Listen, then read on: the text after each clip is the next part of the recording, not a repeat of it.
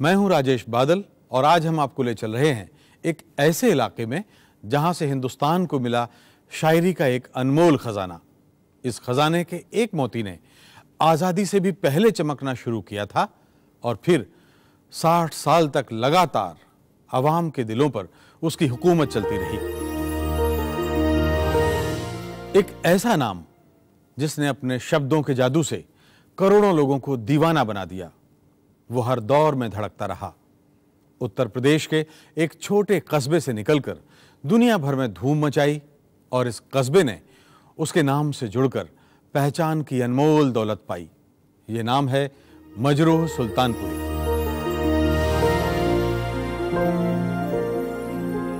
मैं अकेला ही चला था जानिबे मंजिल मगर लोग साथ आते गए और कारवां बनता गया।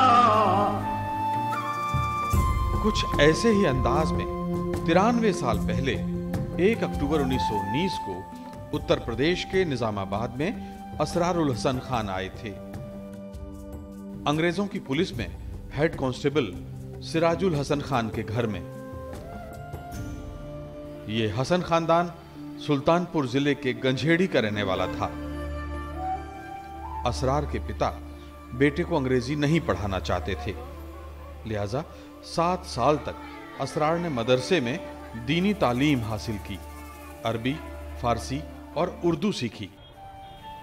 पिताजी ने इसके बाद लखनऊ में यूनानी मेडिकल कॉलेज में दाखिला करा दिया। वो असरार को हकीम बनाना चाहते थे।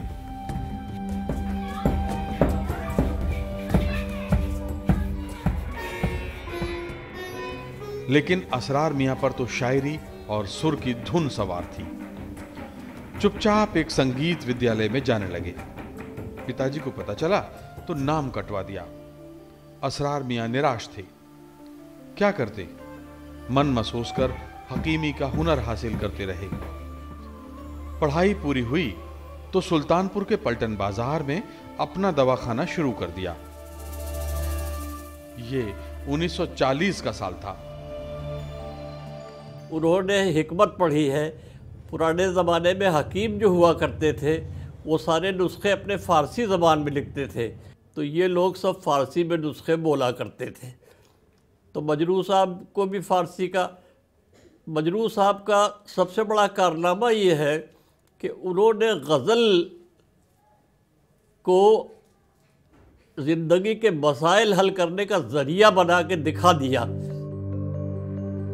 पिता की इच्छा पूरी करने के साथ ही असरार ने शायरी की बाकायदा शुरुआत कर दी। वो असरार नासेह के नाम से लिखने लगे थे। उर्दू में नासेह का अर्थ होता है उपदेशक। उन्हें यह भी एहसास हुआ कि अंग्रेजी सीखने में कोई बुराई नहीं है। उन्होंने अंग्रेजी पढ़ी, मार्क्स और लेनिन को पढ़ा।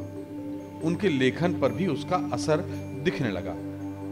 क्रांतिकारी शायरी के साथ नासेह उपनाम कुछ जम नहीं रहा था, इसलिए दोस्तों ने राय दी कि नाम बदलो। काफी माथापच्ची के बाद नया नाम सामने आया, मजरूह, यानी घायल। मजरूह के साथ अपना शहर जोड़ने में भी दोस्तों को इतराज नहीं था। इस तरह हिंदुस्तान को मिला एक नया शायर, मजरूह सुल्तानपुरी। ज्यादा दिन नहीं बीते कि मजरूह के नाम की धूम मच गई। उन दिनों महफिलों मुशायरों में जिगर मुरादाबादी एक बड़ा नाम था। दुनिया के सितम याद, न अपनी ही वफा याद, अब मुझको नहीं कुछ भी मोहब्बत के सिवा याद, शायद के मेरे भूलने वाले ने किया याद। एक मुशायरे में जिगर मुरादाबादी सुल्तानपुर तशरीफ लाए। उन्होंने मजरूह को सुना और कुछ गुरु मंत्र दिया। मजरूह इस मंत्र के बारे में लिखते हैं,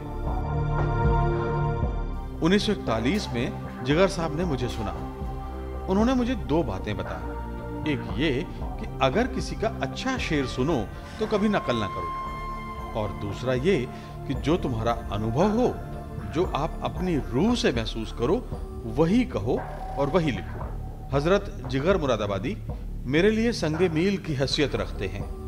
मिसरों पर इस्लाह कभी नहीं दी, अलबत्ता मेरी तवे शायराना की इस्लाह में उनका बहुत बड़ा हाथ है।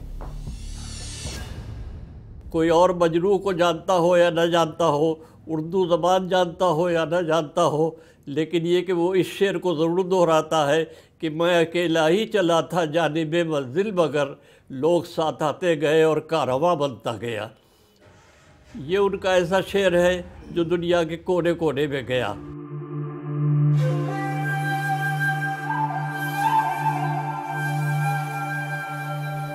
मजरू की शुरुआती शायरी में वो अपने आसपास के माहौल, गांव की जिंदगी और मासूमियत भरी संवेदनाओं का जिक्र करते थे। लोग उनकी इस शैली पर झूम जाते। उस दौर की एक नज्म का हिस्सा हम आपको सुनाते हैं। मगरिब में वो तारा एक चमका, फिर शाम का परचम लहराया, शबनम सा वो मोती एक टपका, फितरत ने वो आंचल फैलाया, नजरें बहकी दिल बहलाया, क्या कहिए मुझे क्या याद आया। टीले की तरफ चरवाहे की बंसी की सदा हल्की हल्की, है शाम की देवी की चुनरी शानों से परे ढलकी ढलकी, रह रह के धड़कते सीने में एहसास की मैं छलकी छलकी, इस बात ने कितना तड़पाया, क्या कहिए मुझे क्या याद आया। इसी तरह एक और नज्म जो आपने शायद कहीं ना सुनी होगी। कुछ दूर यहां से चक्की पर एक गांव की लड़की गाती है, चुपके से सुरैया कानों में कुछ आके मेरे कह जाती है, वो देख कोई छोटी कश्ती उस पार किनारे जाती है, फितरत को जम्हाई आती है, गाए जा पपी है गाए जा। मैं भी एक छोटी सी बस्ती साहिल पे बसाने वाला हूँ, और उसको तेरे ही इन रंगी नगमों से सजाने वाला हूँ, फूलों से हंसी शबनम से खुनक एक सुबह बनाने वाला हूँ, एक शाम रचाने वाला हूँ, गाए जा पपी है गाए जा। मजरू साहब लोक जीवन के सक्रिय हिस्सा थे। एक गांव की जीवन स्थितियां जो होती हैं, बतौर भोक्ता उन्होंने भोग कर खुद अनुभूति जीवन की हासिल की है। भारत के गांव, उनका प्राकृतिक सौंदर्य और वहां का लोक संगीत मजरू के गीतों में भरपूर नजर आता है।